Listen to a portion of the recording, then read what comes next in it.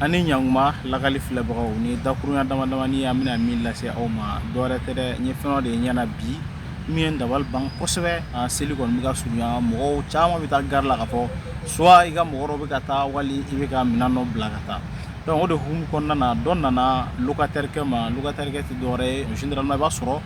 caman bɛ yen u bɛ mɔgɔ mobile de louer donc ka passager k'a kɔnɔ ka taa n'a ye tigi nana locataire kɛ ma a ka na ni carton ye carton in a da kɔlilen don donc locataire kɛ y'a ɲininka ko mun de bɛ carton kɔnɔ cɛ y'i kanto ko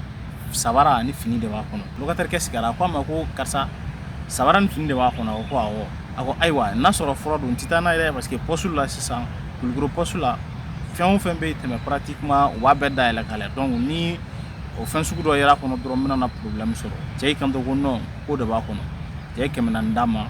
a ye carton in minɛ mais a sigara quoi a y'a essayer ka kɛ i b'a fɔ a bɛ carton dayɛlɛ k'a lajɛ fɛn min b'a kɔnɔ o yɔrɔ bɛɛ carton tigi y'a ka carton minɛ ka yɛlɛ ko non ko en réalité essence de b'a kɔnɔ ko essence n'ale taara village la yen nɔ seli kɔnɔna na ale bɛna course min kɛ o essence de b'a kɔnɔ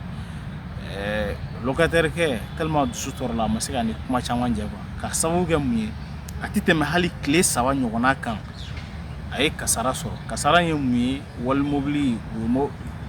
jɛn'a bolo Kulukoro kɔfɛ dɔrɔn kilo 30 ɲɔgɔnna